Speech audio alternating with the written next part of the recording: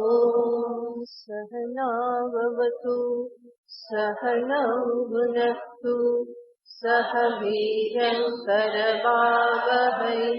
तेजस्विनावधीतमस्तु मा विद्विषावहै। ॐ शान्ति शान्ति शान्तिः। शङ्करं शङ्कराचार्यं केशवं बादरायणं सूत्रभाष्यकृतौ वन्दे भगवन्तौ पुनः पुनः। ईश्वरो गुरुरात्मेति मूर्तिभेदविभागिने व्योमवद्व्याप्तदेहाय दक्षिणामूर्तये नमः। ॐ पाठाय प्रतिबोधितां भगवता नारायणेन स्वयं व्यासेन ग्रथितां पुराणमुनिना मध्ये महाभारतम् अद्वैतामृतवर्षिणीं भगवती अष्टादशाध्यायिनीम् अम्ब त्वामनुसन्दधामि भगवद्गीते भवद्वेषिणि। यं ब्रह्मा वरुणेन्द्ररुद्रमरुतः स्तुन्वन्ति दिव्यैस्तवैः वेदैः साङ्गपदक्रमोपनिषदैः गायन्ति यं सामगाः। ध्यानावस्थिततद्गतेन मनसा पश्यन्ति यं योगिनः यस्यान्तं न विदुःसुरासुरगणा देवाय तस्मै नमः। यस्यान्तं न विदुःसुरासुरगणा देवाय तस्मै नमः। श्रीभगवानुवाच यावानर्थ उदपाने सर्वतः सम्प्लुतोदके तावान् सर्वेषु वेदेषु ब्राह्मणस्य विजानतः कर्मण्येवाधिकारस्ते मा फलेषु कदाचन मा कर्मफलहेतुर्भूः मा ते सङ्गोऽस्त्वकर्मणि योगस्थः कुरु कर्माणि सङ्गं त्यक्त्वा धनञ्जय सिद्ध्यसिद्ध्यो समो भूत्वा समत्वं योग उच्यते। दूरेण ह्यवरं कर्म बुद्धियोगात् धनञ्जय बुद्धौ शरणमन्विच्छ कृपणाफलहेतवः बुद्धियुक्तो जहातीह उभे सुकृतदुष्कृते तस्मात् योगाय युज्यस्व योगः कर्मसु कौशलम्। આગળના શ્લોકમાં ભગવાન શ્રી કૃષ્ણચંદ્રએ દર્શાવ્યું બુદ્ધો શરણમન્વિચ્છ તું બુદ્ધિનું શરણ ગ્રહણ કર. અને આપણે જોયેલું હતું કે એ શ્લોક અને એ પછીના દરેક શ્લોકમાં ભગવાન બુદ્ધિ શબ્દનો પ્રયોગ કરે છે અને એના થકી આપણને ખ્યાલ આવે છે કે આપણી ભારતીય સાધન પ્રણાલીમાં બુદ્ધિને કેટલું બધું મહત્વ આપવામાં આવે છે.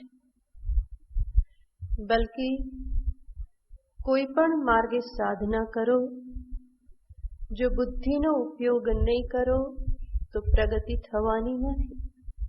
એટલા માટે ચાહે કર્મયોગ હોય, ભક્તિ યોગ હોય, અષ્ટાંગ યોગ હોય કે પછી જ્ઞાન યોગ હોય, આ સર્વમાં બુદ્ધિનો ઉપયોગ સમાયેલો છે. વ્યક્તિ જે કંઈ પણ કરે એને સમજદારી સાથે કરવાનું છે. કર્મયોગ તો સમજદારી સાથે કરવાનો જ છે. આપણે આટલા દિવસથી જોઈ રહ્યા છીએ કે કર્મયોગ કરતી વખતે કેવા પ્રકારની સમજદારી જોઈએ.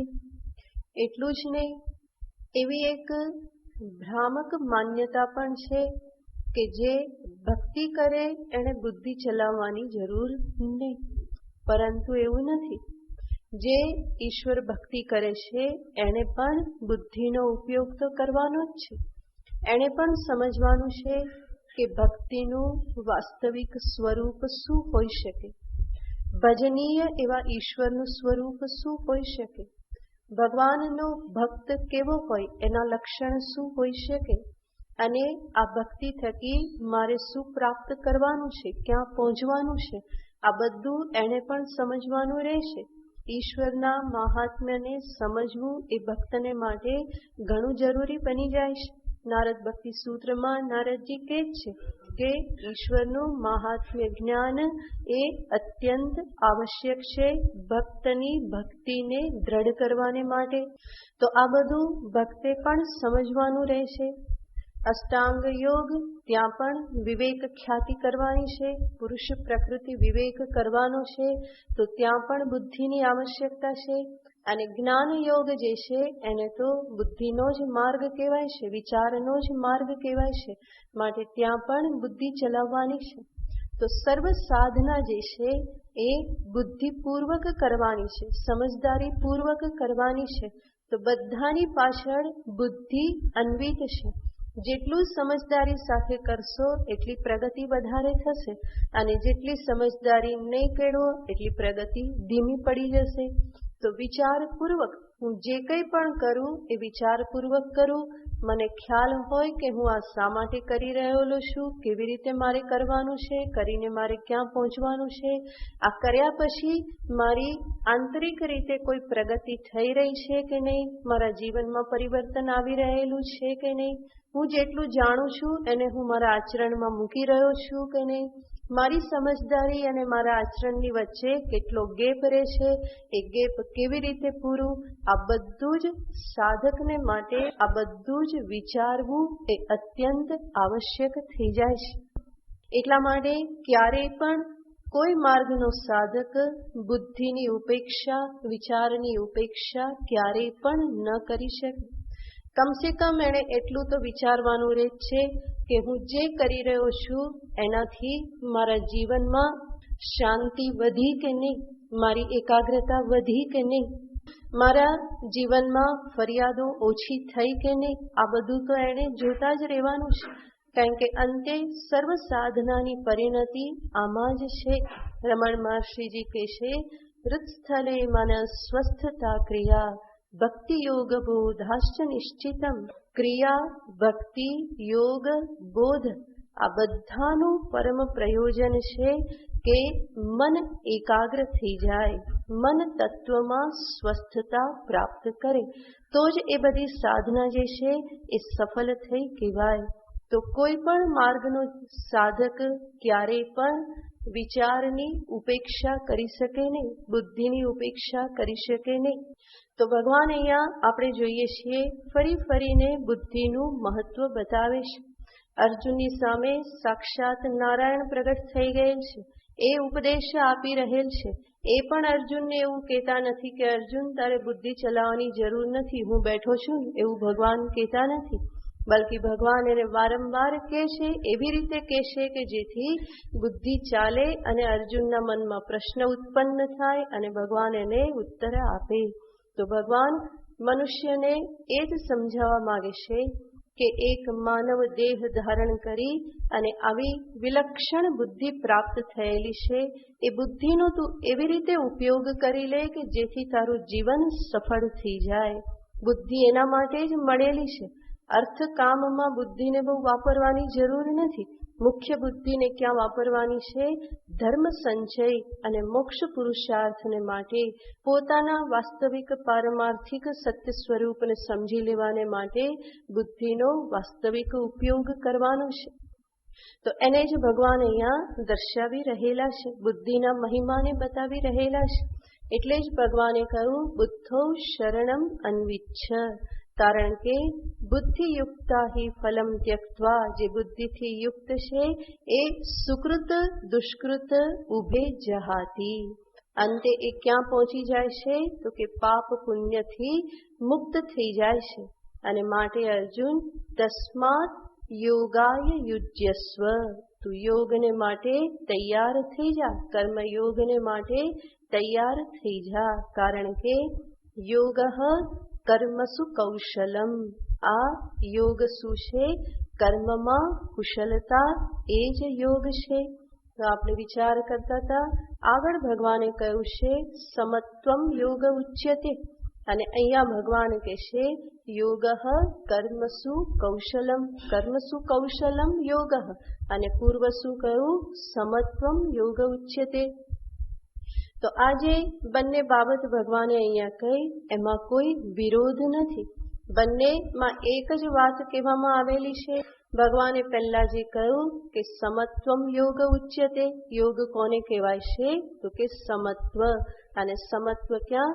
સિદ્ધ સિદ્ધ્યો સમો ભૂત્વા, સિદ્ધિ અસિદ્ધિમાં, કર્મફળ ઈચ્છા મુજબ મળ્યું કે ઈચ્છાથી વિપરીત મળ્યું, ધાર્યા મુજબ થયું કે જે ધાર્યું હતું એનાથી વિપરીત થયું.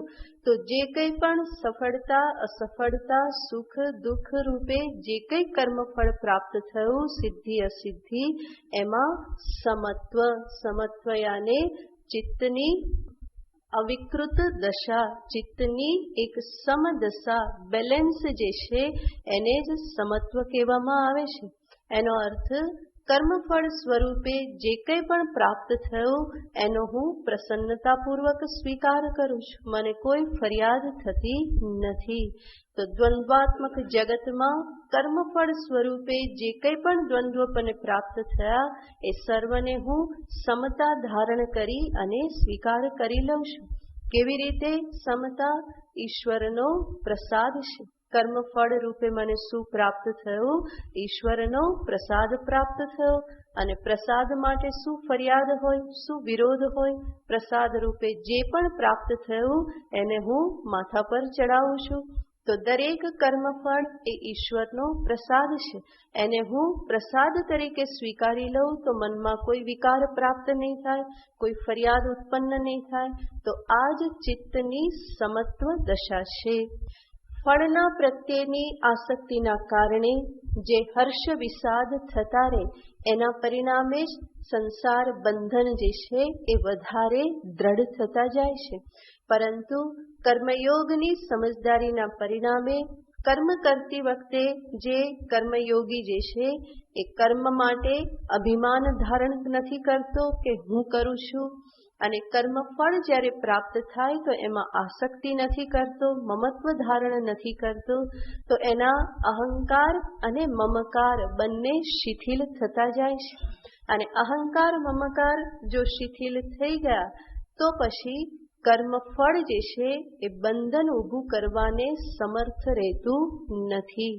તો કર્મણા બધ્યતે જંતુ કહેવામાં આવે છે, પરંતુ આ પ્રમાણેની સમજદારી સાથે ઈશ્વરાર્પણ ભાવનાથી કર્મ, પ્રસાદ બુદ્ધિથી કર્મફળનો સ્વીકાર, આ સમજદારી જ્યારે ધારણ કરવામાં આવે તો એના પરિણામે કર્મમાં જે બંધન ઊભું કરવાનું સામર્થ્ય છે એ સામર્થ્ય હણાઈ જાય છે અને બંધન ઊભું કરનાર કર્મને બંધન ઊભું ન કરવા દેવું એ જ શું છે?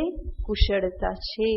અને આ કુશળતા એટલે શું? તો કે ચિત્તની સમસ્થિતિ. ચિત્તમાં કર્મફળના સ્વીકાર વખતે એવી સમતા ધારણ કરી લઉં કે જેના પરિણામે એ કર્મફળ મારા માટે બંધન ઊભું કરનાર ન રહે. તો એને જ અહીંયા કુશળતા કહેવામાં આવેલી છે. યોગ કર્મસુ કૌશલમ. એ સમત્વ એ જ તો યોગ છે. અને એ સમત્વ એટલે શું? એ સમત્વ એ જ આ કર્મમાં કુશળતા છે. કર્મ કરતી વખતે હું એટલો સાવધાન રહું, એટલી કુશળતાપૂર્વક કર્મ કરું કે જેથી કરીને કર્મ મારા માટે કોઈ બંધન ઊભું કરી શકે નહીં. તો એને જ કર્મમાં કુશળતા કહેવામાં આવે છે. નહીં કે ચોર ચોરી કરે ને પકડાય નહીં એને કહેવાય યોગ કર્મસુ કૌશલમ. એને કૌશલમ કહેવામાં આવતું નથી. અહીંયા કોઈ બાહ્ય કુશળતાની વાત નથી, પરંતુ કઈ કુશળતા છે? આંતરિક કુશળતા, કે હું કર્મફળના પરિપાકે રાગ દ્વેષથી યુક્ત ન થઉં, લોભ મોહથી યુક્ત ન થઉં, કર્મ માટેનું અભિમાન ધારણ ન કરું, ફળ માટેનું મમત્વ ધારણ ન કરું, ફરીને ઈશ્વરને સ્મરણમાં રાખી નિમિત્ત ભાવ હંમેશા ધારણ કરતો રહું. તો આવી રીતે જ્યારે હું કર્મ કરું તો એને કહેવાય છે કર્મમાં કૌશલ્ય.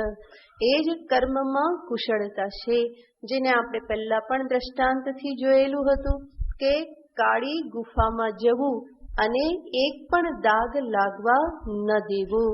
તો એમાંથી જઈને કોરા બહાર નીકળી ગયા તો એને શું કહેવાય? કુશળતા કહેવાય. એવી રીતે કર્મ કરું પણ અને છતાં પણ કર્મમલ મને ન લાગે તો શું સમજવાનું? હું કર્મમાં કુશળ થયો.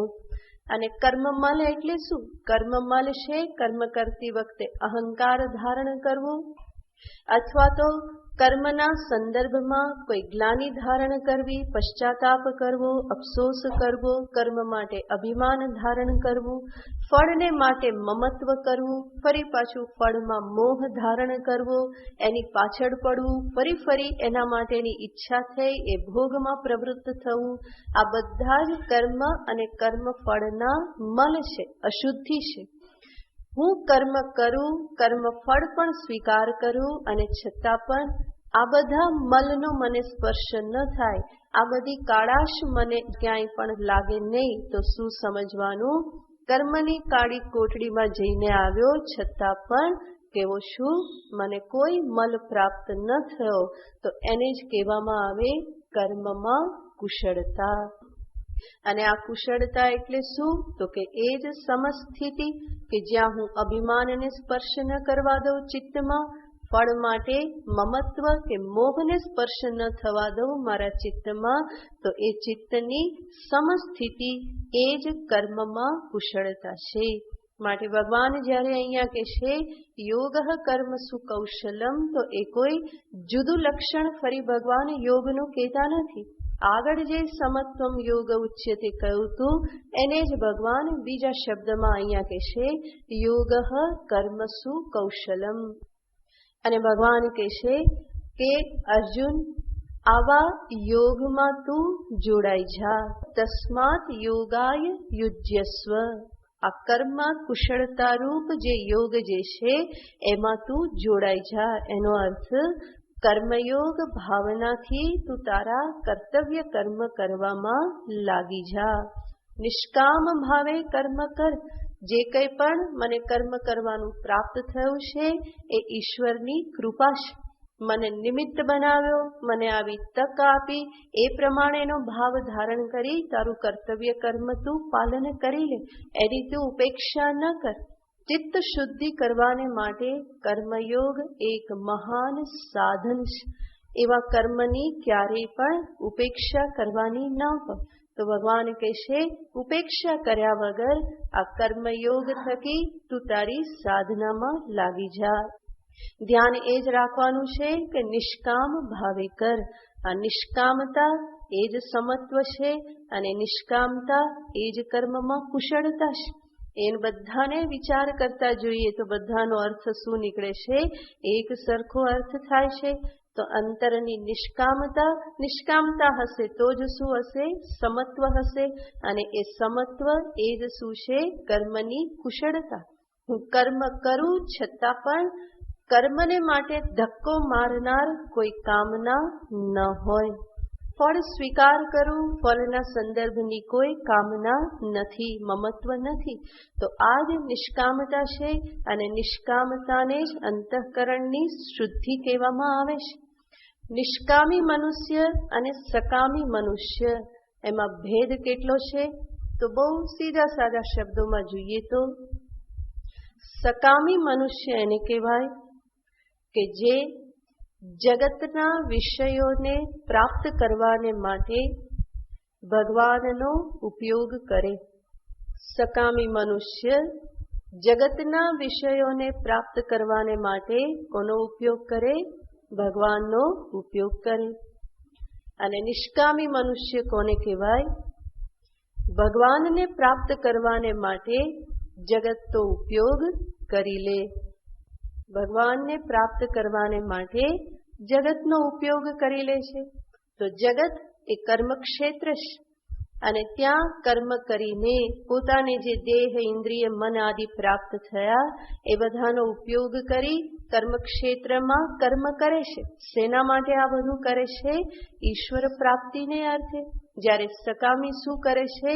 એ મંદિર જાય, ભગવાનની પૂજા કરે, પ્રાર્થના કરે, પરંતુ બધું શેના માટે? કંઈ ને કંઈ મને જોઈએ છે, જગતના જ કંઈક વિષય જોઈએ છે માટે કરે છે. તો એક ભગવાનનો ઉપયોગ જગત માટે કરે અને બીજો જગતનો ઉપયોગ ભગવાન માટે કરે છે. ભગવાન અહીંયા અર્જુનને કહેશે કે અર્જુન, તને આજે ધર્મયુદ્ધ કરવાની તક મળેલી છે. એ ધર્મયુદ્ધ એવી રીતે કરી લે કે જે કરીને અંતે તું પરમાત્માની પ્રાપ્તિ કરી શકે. અને એના માટેનો ઉપાય શું છે? આ કર્મયોગ ભાવનાથી, નિષ્કામ ભાવનાથી કર્મ કરવું એ જ એનો ઉપાય છે. માટે ભગવાન ફરીને આ યોગ બુદ્ધિથી કર્મ કરવાનું ફરીને ભગવાન અહીંયા કહી રહેલા છે. તો યોગ કર્મસુ કૌશલમ. આ પ્રમાણે કયા પછી હવે આગળ ભગવાન બતાવે છે કે આ કર્મયોગ માર્ગે જે સાધના કરી રહેલો છે એ સાધક અંતે આ સાધના કરતા અંતે ક્યાં પહોંચે છે, એને કયું ફળ પ્રાપ્ત થાય છે, તો એનું ભગવાન આગળના શ્લોકમાં નિરૂપણ કરે છે. કર્મજં બુદ્ધિયુક્તાહિ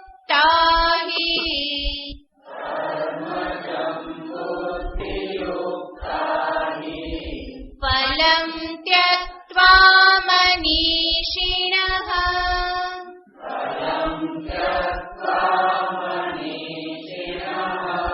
જન્મ બંધ વિનિર્મુક્તાઃ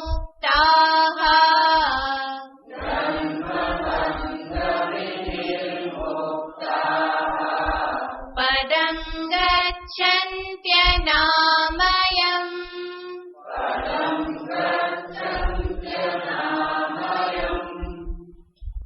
ભગવાન કહેશે કર્મજમ ફલમ ત્યક્ત્વા બુદ્ધિયુક્તાઃ મનીષિણઃ જન્મબંધ વિનિર્મુક્તાઃ સન અનામયમ પદમ ગચ્છન્તિ. ભગવાન કહેશે કે કર્મજમ, કર્મમાંથી ઉત્પન્ન થતા એવા ફળનો ત્યાગ કરીને, ફળ માટેની આસક્તિ, મમત્વને ત્યાગ કરીને, કોણ? બુદ્ધિયુક્તાઃ, જે આ બુદ્ધિથી યુક્ત છે, કર્મયોગની સમજદારીથી જે યુક્ત થયા એવા આ બધા કર્મફળની આસક્તિનો ત્યાગ કરીને બુદ્ધિયુક્તાઃ મનીષિણઃ ભવંતિ. ભગવાન બીજો શબ્દ વાપરે છે મનીષિણઃ. તો બુદ્ધિયુક્તાઃ યાની બુદ્ધિથી યુક્ત એ કોણ બને છે? તો કે મનીષી બને છે. અને એવા મનીષીઓ જન્મરૂપી બંધનથી મુક્ત થઈ અંતે અનામય બ્રહ્મપદની પ્રાપ્તિ કરી લેશે. તો ભગવાન દર્શાવે છે કે કર્મયોગી અંતે કયું ફળ પ્રાપ્ત કરી લેશે? તો કે બ્રહ્મપદને, મોક્ષને પ્રાપ્ત કરી લેશે. કેવી રીતે? તો ભગવાન અહીંયા સર્વપ્રથમ શબ્દ વાપરે છે બુદ્ધિયુક્તાહ, બુદ્ધિથી યુક્ત થયેલા. આપણે પહેલા પણ જોયેલું હતું કે બધામાં બુદ્ધિ છે, પરંતુ બધાને આપણે બુદ્ધિશાળી કહેતા નથી. કોને બુદ્ધિશાળી કહીએ? જે બુદ્ધિનો ઉપયોગ કરે, જેનામાં કંઈક વિશેષ હોય, જેની પાસે વિશેષ ધન હોય ને ધનનો ઉપયોગ કરી જાણે, એને ધનવાન કહીએ છીએ. એવી રીતે જેની પાસે બુદ્ધિ છે અને બુદ્ધિનો ઉપયોગ કરી જાણે એવી વ્યક્તિને શું કહી શકાય? બુદ્ધિશાળી કહેવાય. તો એને જ ભગવાન અહીંયા કહેશે બુદ્ધિયુક્તાહ, બુદ્ધિથી યુક્ત થયેલા. બુદ્ધિથી યુક્ત થયેલા. કઈ બુદ્ધિથી યુક્ત થયેલા? કર્મયોગ બુદ્ધિથી. કર્મના સંદર્ભની, કર્મફળના સંદર્ભની જે બુદ્ધિ, સમજદારી, એનાથી જે યુક્ત થયેલા છે. એનો અર્થ એવી સમજદારી સાથે જે પોતાના જીવનમાં કર્તવ્ય કર્મનું પાલન કરી રહ્યા છે. અને એવી સમજદારીથી જે કર્તવ્ય કર્મનું પાલન કરે છે, એનો અર્થ શું થયો? જેણે જીવનમાં નિષ્કામતાને પ્રાધાન્ય આપ્યું છે, જેની બુદ્ધિ માત્ર અર્થ પુરુષાર્થ, કામ પુરુષાર્થમાં જ વણાયેલી રહેતી નથી, પરંતુ એમાંથી ઉપર ઉઠી અને હવે જે ઈશ્વરની પ્રાપ્તિને માટે જે પ્રવૃત્ત થઈ ગયો, જીવનમાં જે કંઈક વિશેષ પ્રગતિ કરવા માંગે છે, જ્યાં છે ત્યાં ને ત્યાં ઘાંચીના બળદની જેમ ફરતો રહેવા નથી માંગતો, પરંતુ એ ચક્રમાંથી જે બહાર નીકળવા માંગે છે, જે ચક્ર ભેદન કરી અને ઉપર ઉઠવા માંગે છે, એવી વ્યક્તિ આ સમજદારીથી યુક્ત થાય છે. તો બુદ્ધિયુક્તાહ, આવી સમજદારીથી જે યુક્ત થયા, નિષ્કામતાથી જે યુક્ત થયા, એ નિષ્કામતાના પરિણામે જ શું થાય છે? તો ભગવાન કહે છે મનીષિણઃ. એના માટે ભગવાન બીજો શબ્દ વાપરે છે. તો એક તો આવી સમજદારીથી યુક્ત થવાને પરિણામે કર્મજમ ફલમ ત્યક્ત્વા, કર્મમાંથી ઉત્પન્ન થનાર એવા ફળનો ત્યાગ કરીને, એટલે કે કર્મ ફળ પ્રત્યે અનાસક્તિ ધારણ કરીને, મોહનો, મમત્વનો ત્યાગ કરીને. આ પ્રમાણે કરવાથી અંતઃકરણ જરૂર શુદ્ધ થાય છે, એ સમત્વની પ્રાપ્તિ થાય છે. અને એવા અંતઃકરણમાં ભગવાને જે આગળ કહેલું હતું એ પ્રમાણે બુદ્ધૌ શરણમન્વિચ્છ, કંઈક વિશેષ સત્યને જાણવાની જિજ્ઞાસા ઉત્પન્ન થાય છે. અને પરિણામે એ જ વ્યક્તિ કોઈ ગુરુની શરણમાં બેસી શ્રવણ મનન આદિ કરે છે. એ વધારે અંતર્મુખતા તરફ પ્રયાણ કરે છે. અને એ અંતર્મુખતાની સાધના એ જ છે જ્ઞાન સાધના. અન્ય સાધન જે છે એ મનુષ્યને બહિર્મુખતામાંથી મુક્ત કરી અને અંતર્મુખ બનાવે છે. અને આ અંતર્મુખ બનવા માટે મુખ્ય શું જોઈએ? તો કે નિષ્કામતા જોઈએ. એ નિષ્કામતા, અંતઃકરણની શુદ્ધિ, એ જ શું બતાવે છે કે મનુષ્ય હવે અંતર્મુખ થયો. તો એ જે જ્ઞાન સાધનાના પરિણામે બુદ્ધિયુક્તાહ મનીષિણઃ ભવંતી, એ બધા હવે કોણ થાય છે? તો કે મનીષી બને છે. અને મનીષી શબ્દ જોઈએ તો એનો અર્થ મનીષા બુદ્ધિનું એક નામ છે, જેનો અર્થ થાય છે મનસઃ ઈશા, મન ઉપર જે સ્વામિત્વ ધરાવે છે. મનીષિણઃ એક વિગ્રહ થાય એનો મનસઃ ઈશિનઃ મન ઉપર શાસન કરનારા એને કહેવાય મનીષા. એનો બીજો વિગ્રહ થાય છે કે મનીષા એટલે બુદ્ધિ. પરંતુ કેવી બુદ્ધિ? બુદ્ધિને પણ આપણે બુદ્ધિ કહીએ અને મનીષાનો અર્થ પણ શું થાય? બુદ્ધિ થાય. તો ભગવાન એક બાજુ કહે છે કે બુદ્ધિયુક્તાઃ અને ફરી ભગવાન કે મનીષિણઃ મનીષિયાને મનીષા એશામ અસ્તિ ઇતિ મનીષિણઃ જેની પાસે બુદ્ધિ છે. તો આ બંને શબ્દના અર્થ કેવા થઈ જાય? સરખા થઈ જાય. બુદ્ધિથી યુક્ત, મનીષાથી યુક્ત. મનીષા એટલે પણ બુદ્ધિ. અને આ પ્રમાણે થાય તો પુનરુક્તિ દોષ લાગે. તો ભગવાન તો એ પ્રમાણે પુનરુક્તિ ના કરે. ભગવાને બે શબ્દ વાપર્યા છે. તો બંને શબ્દનો અર્થ આપણે જોઈએ તો એક તો બુદ્ધિયુક્તાઃ એનો અર્થ બુદ્ધિથી જે યુક્ત છે.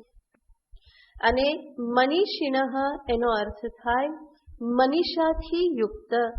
મનીષા એટલે એવી બુદ્ધિ કે જે બુદ્ધિ વિવેક કરે છે અને મન ઉપર શાસન પણ કરી શકે છે.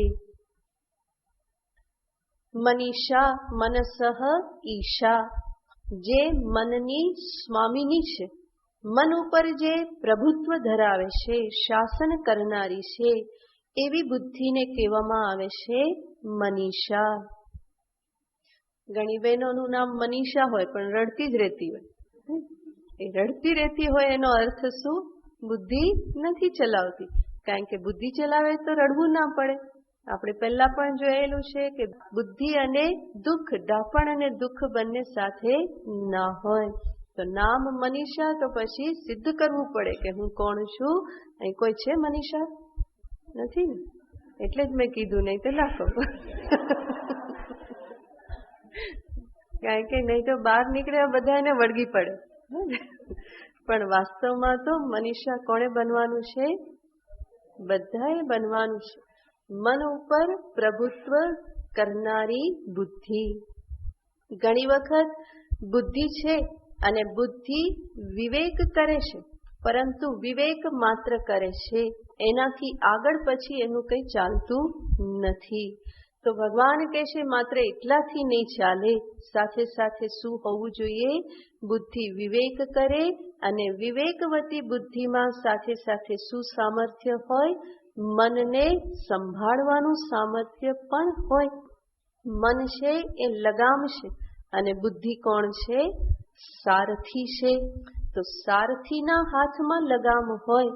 જો લગામ ઉપર એનું પ્રભુત્વ ન હોય, એ બરાબર ચલાવતા ન આવડતી હોય તો ઘોડા પણ બરાબર ના ચાલે, અને ઘોડા ના ચાલે તો રથ પણ બરાબર ના ચાલે, અને રથ ના ચાલે તો જ્યાં પહોંચવાનું હોય ત્યાં પહોંચાય નહીં. એનો અર્થ બધું બગડે. માટે બુદ્ધિ વિવેક કરનારી હોય અને સાથે સાથે કેવી હોય? મન ઉપર એ શાસન કરનારી પણ હોવી જોઈએ. અને એવી બુદ્ધિ ક્યારે પ્રાપ્ત થાય? પહેલેથી એવું હોય એવું જરૂરી નથી, પરંતુ મનીષી બનવાને માટે સાધકમાં પોતાનામાં એક પ્રકારની પ્રામાણિકતા હોવી જોઈએ. પોતાની જ જાતનું કડક નિરીક્ષણ કરવાની એક તૈયારી હોવી જોઈએ. અને તો એ પોતે જાણી શકે કે બુદ્ધિથી હું શું વિચારી રહ્યો છું અને મારો વ્યવહાર હું કેવી રીતે કરી રહ્યો છું. અને જ્યારે એને આ બંનેની વચ્ચે ગેપ દેખાય તો એનો પ્રામાણિકતાપૂર્વક સ્વીકાર કરી અને ધીમે ધીમે એ ગેપને પૂરવા માટે પ્રયત્ન કરવો જોઈએ. એના માટેના ઉપાયો સત્સંગમાં, શાસ્ત્રમાં બતાવવામાં આવે છે. કેવી રીતે મનને સમજાવવું, કેવી રીતે મનની સાથે વ્યવહાર કરવો. આ મન બુદ્ધિ એ કોઈ બે અલગ વસ્તુ નથી. આપણું એક જ અંતઃકરણ જે છે, એક જ અંતઃકરણને આ ચાર નામથી ઓળખવામાં આવે છે. એ બુદ્ધિ એ અંતઃકરણનો જ એક ભાગ છે. મન એ પણ અંતઃકરણનો જ એક ભાગ છે. પરંતુ ત્યાં વ્યક્તિએ બહુ સૂક્ષ્મતાથી વિચાર કરી પોતાના જ અંતરના એક ભાગ વડે પોતાના જ અંતરના બીજા ભાગને સમજાવવાનું છે અને બહુ કુશળતાથી કામ લેવાનું છે. ત્યાં પણ યોગ કર્મ સુકૌશલમ જોવું પડે છે. બહુ કુશળતાથી કામ લેવું પડે, કારણ કે ક્યારે બુદ્ધિ મનનો વેશ ધારણ કરી લે ને મન ક્યારે બુદ્ધિનો વેશ ધારણ કરી લે અને બંને એકબીજામાં આ પ્રમાણે કરીને આપણને ક્યારે રવાડે ચડાવી દે એ કંઈ ખબર પડતી નથી. તો વેશ પરિવર્તન થઈ જાય તો ખબર નહીં પડે ને કે કોણ કોણ છે.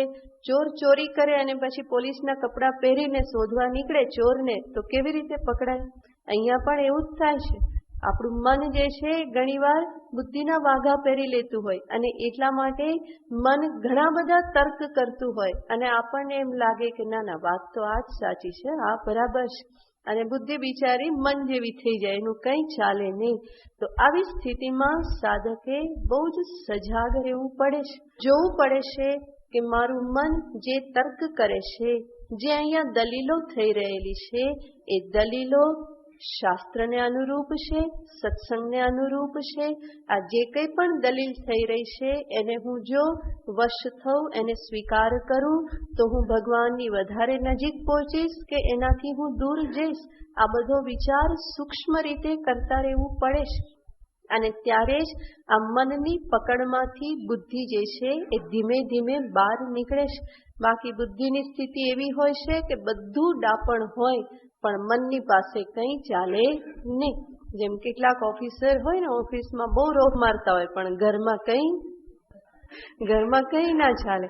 તો ઓફિસમાં બહુ રોફ મારે અને ઘરમાં ના ચાલતું એટલે ત્યાં વધારે રોફ મારે. આજુબાજુના બધા હંમેશા એટેન્શનમાં હોય પણ ઘરમાં આવે તે કેવો થઈ જાય, ગેસ જેવો થઈ જાય.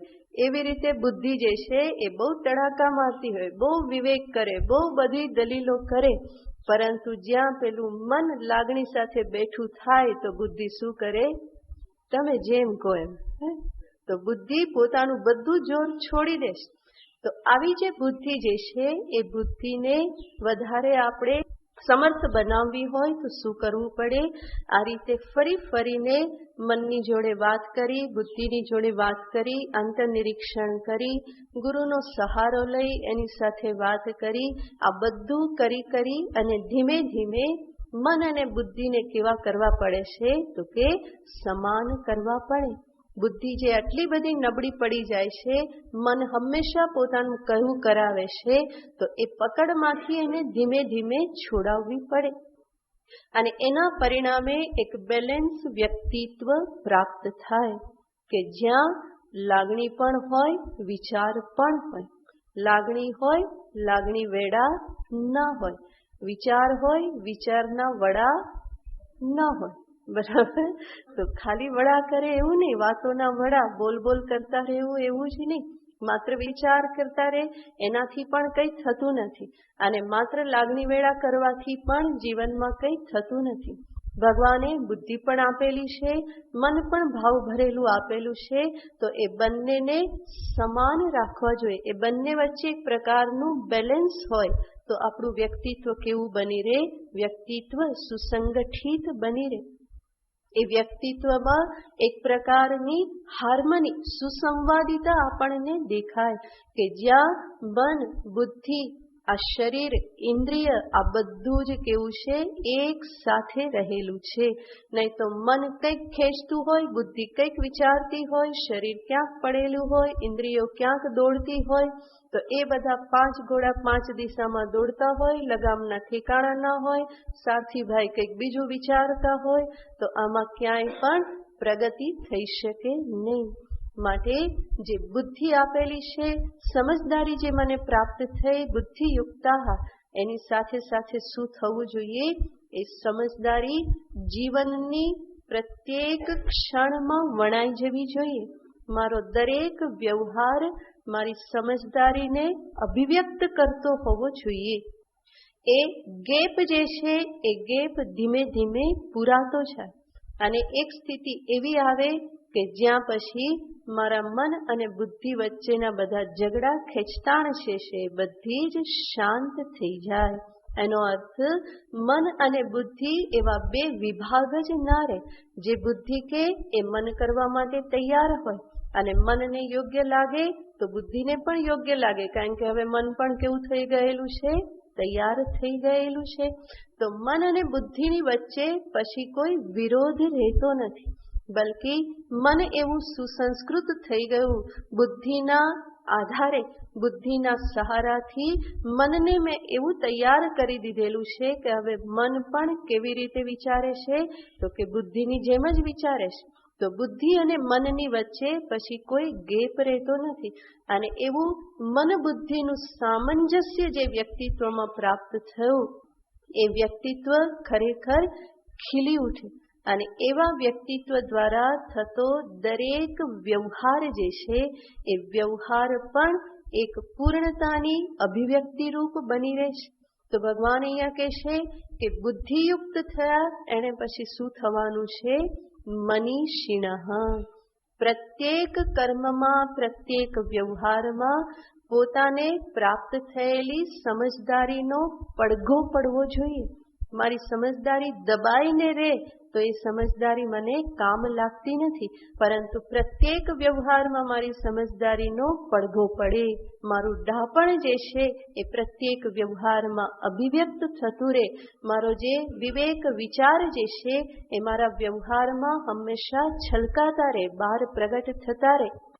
અને એની સાથે સાથે મનની ભાવનાઓ પણ બળેલી હોય, કે જે ભાવનાઓ પણ કેવી થયેલી છે? સુસંસ્કૃત થયેલી છે, એને પણ સંસ્કારિત કરવામાં આવેલી છે, એનું પણ સંમાર્જન કરવામાં આવેલું છે. તો આવી રીતે વિવેક, વિચાર અને ભાવના, પ્રેમ જે છે એ બધાનો સુમેળ જ્યારે પ્રાપ્ત થાય તો એ વ્યક્તિત્વ એક ઉત્કૃષ્ટ વ્યક્તિત્વ છે. અને એવી રીતે મન અને બુદ્ધિ વચ્ચેનો ગેપ જેનો ઓછો થયેલો છે એ જ અંતે શું પ્રાપ્ત કરી શકે છે? આત્મજ્ઞાનને પ્રાપ્ત કરી શકે છે. માટે ઉપનિષદમાં પણ કહેવામાં આવ્યું છે કે આને મનથી જ પ્રાપ્ત કરવાનું છે અને બુદ્ધિથી જ પ્રાપ્ત કરવાનું છે. તો બંનેની વાત ત્યાં કહેવામાં આવેલી છે. મનસા એવ ઇદમ આપ્તવ્યમ, મન વડે જ આને પ્રાપ્ત કરવાનું છે. અન્યત્ર ઉપનિષદમાં કહેવામાં આવે છે એસ સર્વેષુ ભૂતેષુ ગૂઢોત્માન પ્રકાશતે દૃશ્યતે ત્વગ્રયા બુદ્ધ્યા સૂક્ષ્મયા સૂક્ષ્મદર્શિભિઃ. આનું દર્શન કેવી રીતે થાય છે? તો કે છે આ ગૂઢ આત્મા બધાની સામે પ્રકાશિત થતો નથી. કેવી રીતે એનું દર્શન થાય છે? દૃશ્યતે અગ્રયા બુદ્ધ્યા સૂક્ષ્મયા સૂક્ષ્મદર્શિભિઃ. એકાગ્ર સૂક્ષ્મ એવી બુદ્ધિથી આનું દર્શન થાય છે. બીજી બાજુ ઉપનિષદ કહે છે મન વડે જ આને પ્રાપ્ત કરવાનું છે. એનો અર્થ શું થયો? તો કે જેના મન અને બુદ્ધિ વચ્ચે હવે કોઈ ગેપ રહ્યો નથી.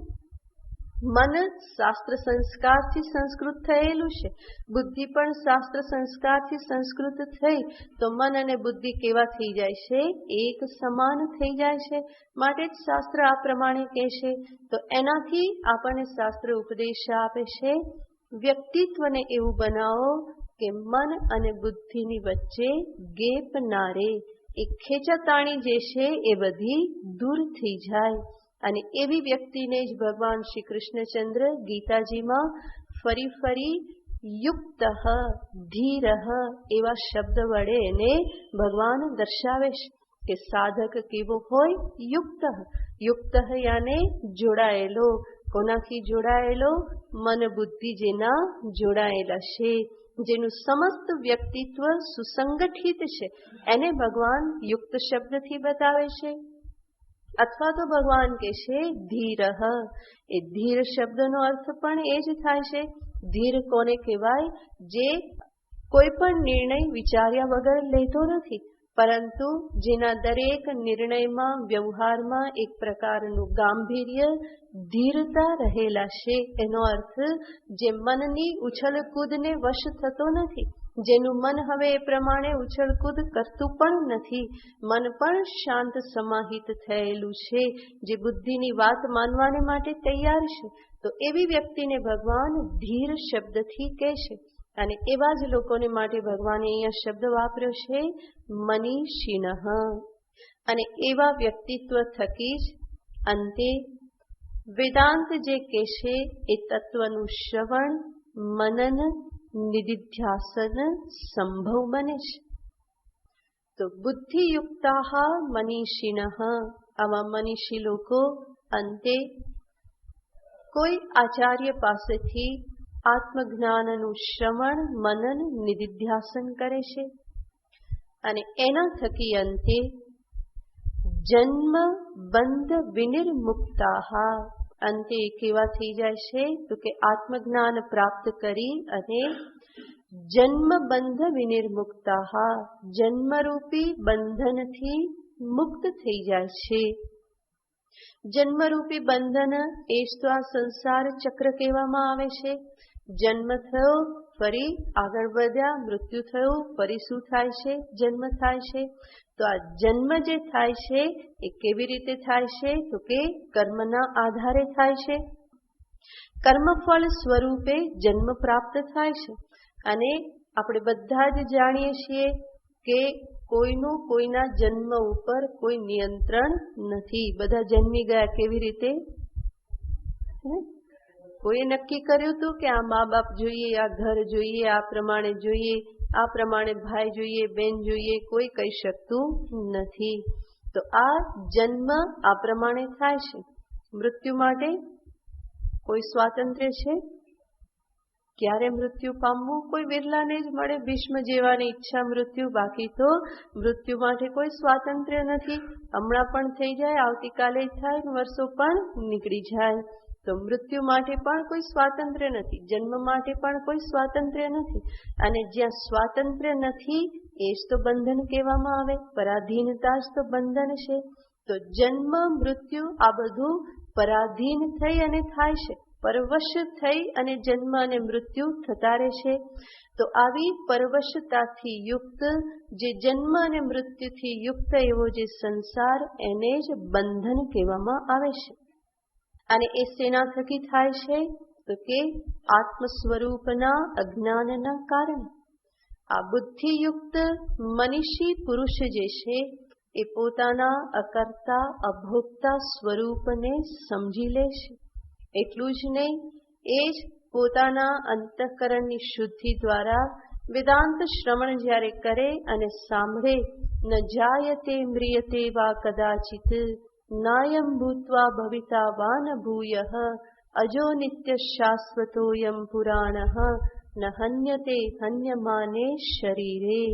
આ બધા શબ્દો જે છે એના માટે પછી કોઈ નવા રહેતા નથી, બલ્કિ કર્મયોગ ભક્તિના પરિપાકે જે અંતઃકરણ તૈયાર થઈ ગયેલું છે, આ શબ્દનું જ્યારે શ્રવણ કરે તો એને એ શબ્દને સ્વીકાર કરવામાં કોઈ પણ વિરોધ થતો નથી. નિષ્કામતાથી એટલી અંતઃકરણ શુદ્ધિ થયેલી છે કે આ સત્યનો સ્વીકાર બહુ જલ્દી થઈ જાય છે. જેવું શ્રવણ કરે કે સત્યનો સ્વીકાર થઈ જાય છે, એને સમજમાં આવી જાય છે કે વાત સાચી, હું આ દેહ હોઈ શકું નહીં, ઇન્દ્રિય પ્રાણ મન બુદ્ધિ મારું સ્વરૂપ હોઈ શકે નહીં. હું કોણ છું? હું આ સર્વનો દ્રષ્ટા છું, સાક્ષી છું. હું ચૈતન્ય સ્વરૂપ જ છું. આ જડ કંઈ પણ છે એ મારા સ્વરૂપમાં ક્યારેય પણ હોઈ શકે નહીં. અને ચૈતન્ય સ્વરૂપ આત્મા એ અચ્છેદ્યોયમ દાહ્યોયમ અક્લેદ્યો શોષ્ય એવ ચ, એવી રીતનું જે સ્વરૂપ કહેવામાં આવે છે, અચલોયમ સનાતનઃ. આ બધા શબ્દો એના અંતરમાં એકદમ જ અર્થને સ્ફુરિત કરતા જાય છે. કસ્ય તે કથિતા યર્થા પ્રકાશંતે મહાત્મનઃ, જે આપણે જોયું હતું. આવી અધિકારી વ્યક્તિના મનમાં અંતરમાં આ શાસ્ત્રના શબ્દો પોતાના અર્થને પ્રકાશિત કરી દેશે. તો ગુરુમુખેથી જ્યારે આ શ્રવણ કરવામાં આવે, શુદ્ધાંતકરણ વ્યક્તિના અંતરમાં આ શબ્દ તદાકાર વૃત્તિ ઉત્પન્ન કરી અને અવિદ્યાને નષ્ટ કરી દેશે. તો ત્યારે એ જીવ પ્રબુદ્ધ થઈ જાય છે. કયો જીવ? અનાદિ માયયા સુપ્તઃ, અનાદિ માયાથી જે સૂતેલો હતો, અને એ જ્યારે પ્રબુદ્ધ થાય તો પોતાને કેવી રીતે સમજે છે અજમ નિદ્રમ સ્વપ્નમ, પોતાને માંડુક્ય કારિકામાં આચાર્ય કહે છે કે હું કોણ છું?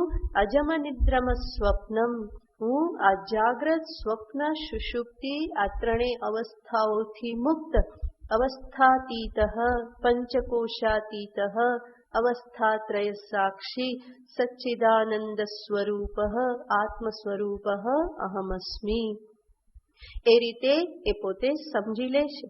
અને જેણે પોતાને આ રીતે સમજી લીધું કે હું અકર્તા, અભોક્તા, અસંગ, કૂટસ્થ, સાક્ષી ચૈતન્ય સ્વરૂપ છું, એના માટે પછી કોઈ કર્મ બંધન રહેતા નથી. આ પ્રકારના આત્મજ્ઞાનથી ભગવાન આગળ કહેવાના છે, જ્ઞાનાગ્નિ સર્વ કર્માણી ભસ્મસાત કુરુતે. આ જ્ઞાનાગ્નિ જે પ્રગટ થઈ અંતરમાં સર્વ કર્મને ભસ્મીભૂત કરી દે છે. સર્વ સંચિત કર્મ, જે કંઈ પણ બેલેન્સ હતું એ બધું કેવું થઈ જાય છે? ભસ્મીભૂત થઈ જાય છે. જે રોજના 250 જન્મની તૈયારી થતી જતી હતી, જે બધું ભેગું પડ્યું છે, એ બધામાં આ એક જ્ઞાન દિવાસળી લાગી જાય તો બધા કેવા થઈ જાય છે? ભસ્મીભૂત થઈ જાય છે. તો બધા જ સંચિત કર્મ જે છે એ આ જ્ઞાનાગ્નિથી ભસ્મીભૂત થઈ જાય છે. અને એ સંચિત કર્મમાંથી જ જેમ જેમ બધી ડિપોઝિટ પાકતી હતી એમ એમ શું થતું હતું? જન્મ થતા રહેતા હતા. હવે સંચિત કર્મ જ નહીં રહ્યા તો હવે જન્મ કેવી રીતે થવાનો? જન્મ બંધ વિનિર્મુક્તા, જન્મ બંધથી આ અંતે મુક્ત થઈ જાય છે. અને ક્યારે મુક્ત થઈ જાય છે? વાસ્તવમાં એવું નથી કે મર્યા પછી મુક્ત થશે, પરંતુ જે ક્ષણે પોતાને જાણે છે કે અહમ નિત્ય મુક્ત, એ જ ક્ષણે એ મુક્ત છે. નહીં કે એને મરવાની રાહ જોવી પડે છે કે હું ક્યારે મુક્ત થઈશ, મૃત્યુ થશે પછી મુક્ત થઈશ, એવું નહીં. વેદાંતમાં કોઈ ઉધાર કામ કરવામાં આવતું નથી. બધું કેવું છે? રોકડું છે. તરત જ જે ક્ષણે જાણો એ ક્ષણે તમે કોણ છો? મુક્ત છો. જે ક્ષણે જાણો એ ક્ષણે તમે બ્રહ્મ સ્વરૂપ છો. કારણ કે જ્યારે તમે નથી જાણતા ત્યારે પણ તમે મુક્ત જ છો, નથી જાણતા ત્યારે પણ બ્રહ્મ સ્વરૂપ જ છો. માત્ર જાણવાનો જ ફેર છે, જાણવા ન જાણવાનો જ ફેર છે. રાધેયને કૌંતેય બનતા કોઈ વાર લાગતી નથી. શા માટે વાર નથી લાગતી? કારણ કે રાધેય પહેલેથી જ કોણ છે? કૌંતેય જ છે. તો કર્ણ તો કુંતીના જ પુત્ર છે. જ્યારે નથી જાણતા પોતાને રાધા પુત્ર માને છે ત્યારે પણ એ કોણ છે? કુંતી પુત્ર જ છે. માટે એને કુંતી પુત્ર બનવામાં કેટલી વાર લાગે? પાછો જન્મ લેવો પડે? હા, નહીં. કુંતી પુત્ર તો એ છે જ. એને માત્ર જાણવાની જ જરૂર છે કે હું કોણ? તો કે હું કુંતી પુત્ર. તો એ કૌંતેય જ છે. એવી રીતે વાસ્તવમાં શિવ ક્યારેય જીવ થયો નથી. શિવ હંમેશા શિવ જ છે. જીવત્વ એ ભ્રાંતિ માત્ર છે. તો એ ભ્રાંતિની નિવૃત્તિ થઈ જાય કે હું જીવ છું, એ ભ્રાંતિ નિવૃત્ત થઈ જાય તો હું કોણ છું? હું તો શિવ છું જ. શિવ પહેલેથી જ છું. શિવ સ્વરૂપ, બ્રહ્મ સ્વરૂપ જ છું. પરંતુ એ જાણતો નથી એટલા માટે હું પોતાને શું માની લઉં છું? જીવ માની લઉં છું. કૌંતેય જાણતો નથી કે હું કૌંતેય છું, માટે પોતાને શું માની લીધો? રાધેય માની લીધો. જે ક્ષણે જાણી લીધું એ ક્ષણે કૌંતેય છે જ. એ સમજી જશે કે આ રાધેયત્વ તો કેવું છે? કલ્પિત છે, આરોપિત છે. વાસ્તવમાં હું નથી, એ તો માની લીધેલું છે. હકીકતમાં તો હું કોણ છું? કૌંતેય છું. એવી રીતે જેને આ સત્યનું ભાન થયું એ સમજશે કે વાસ્તવમાં તો હું કોણ છું? શિવ બ્રહ્મ સ્વરૂપ જ છું. જીવત્વ તો શું હતું? માની લીધેલું હતું. એ મારી માન્યતા માત્ર હતી. વાસ્તવમાં હું શિવ બ્રહ્મ ક્યારેય પણ જીવ થયો નથી. માટે જ જ્યારે વ્યક્તિ જાણે ત્યારે કેવી રીતે જ્ઞાન થાય છે? એવું જ્ઞાન નથી હોતું કે હું અત્યાર સુધી જીવ હતો અને હવે મેં પોતાને શું સમજી લીધો? બ્રહ્મ. હવે હું બ્રહ્મ થઈ ગયો, શિવ થઈ ગયો. હવે હું કોણ? શિવોહમ શિવોહમ. પેલા હું કોણ હતો? જીવોહમ જીવોહમ. તો એવી રીતે નથી. જીવોહમ એ ભ્રાંતિ જ હતી, એ ક્યારેય પણ વાસ્તવિકતા નહોતી. પહેલા પણ હું કોણ છું? શિવ જ હતો, બ્રહ્મ સ્વરૂપ જ હતો. એટલા માટે જ્ઞાન કેવા પ્રકારનું છે? તો કે જ્યારે સમજે છે ત્યારે કેવી રીતે સમજે છે? તો કે હું બ્રહ્મ જ હતો, છું અને રહીશ. જીવ હું ક્યારેય પણ નહોતો. આ જ આત્મજ્ઞાનનું સ્વરૂપ છે. તો ચૈતન્ય તત્વ આત્મ સ્વરૂપ જે છે એને આ પ્રમાણે એક વખત સમજી લેવામાં આવે તો ચૈતન્ય આત્માના તો જન્મ કે મરણ છે નહીં, ન જાયતે ન મ્રિયતે. એનો અર્થ એનામાં જન્મ મૃત્યુ રૂપી સંસાર વાસ્તવમાં છે નહીં. આ સત્યને જાણી લીધું તો જન્મ બંધ વિનિર્મુક્તાહા. ક્યારે જ આ જાણી લેશે? તો કે અત્યારે જ્યારે જાણ્યું ત્યારે જે કેવો થઈ ગયો? મુક્ત. એ જ ક્ષણે સમજી જાય છે કે હું કોણ છું? મુક્ત છું. આ દેહ જે છે પ્રતીત થાય છે, પ્રારબ્ધ છે ત્યાં સુધી પ્રતીત થશે. બાકી હું છું કોણ? હું પરમ શિવ બ્રહ્મ સ્વરૂપ જ છું. તો જીવતે જીવ જ આ પ્રમાણે પોતાના આત્મ સ્વરૂપને સમજી લેવું અને એમાં સ્થિત થઈ જવું, એને જ કહેવાય છે જીવન મુક્તિ. અને આ જ વ્યક્તિ પ્રારબ્ધ સમાપ્ત થતા જ્યારે દેહ છૂટે છે તો અંતે કોને પ્રાપ્ત થઈ જાય છે? પદમ ગચ્છન્તિ અનામયમ. ભગવાને છેલ્લે કહ્યું અનામયમ પદમ ગચ્છન્તિ. એ મૃત્યુ પછી કોને પ્રાપ્ત કરી લેશે? તો કે જીવન મુક્ત જ કોણ બની રહેશે? વિદેહ મુક્ત બની રહેશે. જે આ એક દેહની પ્રતીતિના કારણે એક પરિચ્છિન્નતાની પણ પ્રતીતિ થતી હતી, એ પ્રતીતિ પણ હવે નથી રહેતી.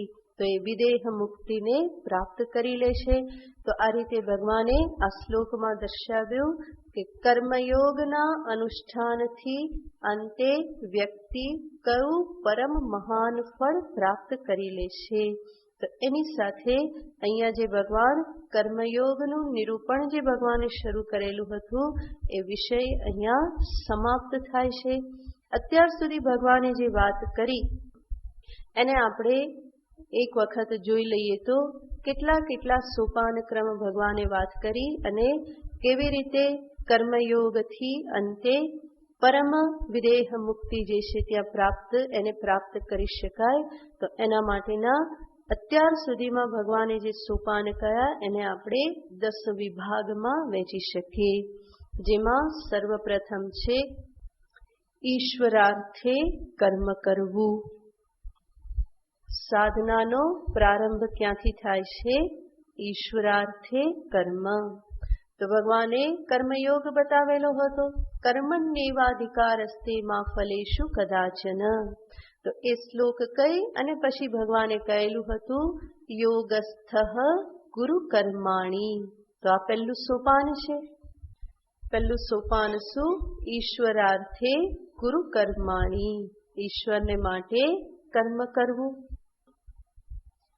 અને એ પ્રમાણે કર્મ કરતા કરતા બીજું સોપાન શું છે? તો કે ફલ માટેની આસક્તિ છૂટે છે. એને જ ભગવાને કહ્યું હતું સંગમ ત્યક્ત્વા.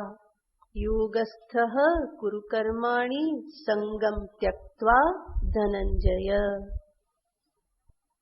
અને આ રીતે ફલાસક્તિ જેમ જેમ ઓછી થતી જાય, ફલ માટેનો આગ્રહ, જીદ, ચિંતા આ બધું ઘટતું જાય તો પછી અંતે શું પ્રાપ્ત થાય છે? સિદ્ધિ અસિદ્ધિમાં સમત્વ. એ છે ત્રીજું સોપાન. સિદ્ધિ અસિદ્ધિમાં સમત્વની પ્રાપ્તિ. સિદ્ધ સિદ્ધ્યો સમો ભૂત્વા. ભગવાને જે કહેલું. અને આ સિદ્ધિ અસિદ્ધિમાં આવી જે સમત્વ પ્રાપ્તિ, એ જેમ જેમ સમત્વ અંતરમાં વધતું જાય, એ સમત્વ એ જ નિષ્કામતા છે, એ વધતું જાય. એનો અર્થ અંતે શું પ્રાપ્ત થાય છે? તો કે એના પછીનું સોપાન કે આ રીતે સમત્વનો અભ્યાસ કરતા કરતા ચતુર્થ સોપાન છે અંતઃકરણની શુદ્ધિ પ્રાપ્તિ. અને અંતઃકરણ આ પ્રમાણે શુદ્ધ થયું, એના બધા આવેશો બધા ઓછા થયા, તો પછી ધીમે ધીમે જીવનમાં બુદ્ધિનું પ્રાધાન્ય વધે છે. એનો અર્થ પાંચમું સોપાન છે કે સાધક બુદ્ધિનું શરણ ગ્રહણ કરતો થાય છે. બુદ્ધૌ શરણ મન્વિચ્છ. ભગવાને સોપાનની પણ વાત કરી. જીવનમાં બુદ્ધિનું શરણ ગ્રહણ કરતો થાય, બુદ્ધિનું પ્રાધાન્ય વધે. તો એને ભગવાને કહ્યું હતું બુદ્ધૌ શરણ મન્વિચ્છ. અને અહીંયા જ આપણે બીજા પણ સોપાન સાથે સાથે જોઈએ. બુદ્ધૌ શરણ મન્વિચ્છ જે ભગવાને કહેલું હતું એમાં જ આ બધા સોપાન નિહિત છે. તો બુદ્ધિનું શરણ ગ્રહણ કરે, એના પરિણામે શું થશે? તો કે બ્રહ્મ જિજ્ઞાસા ઉત્પન્ન થશે. વિચાર કરશે તો સત્યને જાણવાની ઈચ્છા ઉત્પન્ન થશે. વિચાર જાગશે, હું કોણ, ઈશ્વર કોણ, આ જગત શું, આ બધા પ્રશ્નો ઉત્પન્ન થશે. તો સત્યને જાણવાની જિજ્ઞાસા. તો છઠ્ઠું સોપાન છે બ્રહ્મ જિજ્ઞાસા ઉત્પન્ન થવી. સાતમું સોપાન એમાં આવશે કે જિજ્ઞાસા ઉત્પન્ન થઈ તો પછી કોઈ ગુરુની શરણમાં જઈ વેદાંતનું શ્રવણ મનન નિધિધ્યાસન કરશે. એ શ્રવણ મનન નિધિધ્યાસનથી આઠમું સોપાન પોતાના અકર્તા અભોક્તા સ્વરૂપના જ્ઞાનથી સુકૃત દુષ્કૃતનો ત્યાગ કરશે. એટલે કે પાપ પુણ્યથી છૂટી જશે. અને એ જ છે નવમું સોપાન કે અંતે એ જ્ઞાનને પ્રાપ્ત કરી મનીષી બની જન્મ બંધથી મુક્ત થશે. એટલે કે જીવન મુક્તિને પ્રાપ્ત કરે છે. અને આ જ વ્યક્તિ અંતે અનામયમ પદ બ્રહ્મ પદને પ્રાપ્ત કરે છે કે જેને કહેવાય છે વિદેહ મુક્તિ. તો આ રીતે આ શ્લોકોમાં ભગવાને આ બધી જ વાત દર્શાવી દીધી. અને આની સાથે બીજા અધ્યાયમાં ભગવાન જે કંઈ પણ વાત કરવા માંગતા હતા એ સર્વ વિષયનું પ્રતિપાદન થઈ ગયું. તો બીજા અધ્યાયનું જે વિષય વસ્તુ જે છે એનું પ્રતિપાદન નિરૂપણ અહીંયા થઈ ગયું.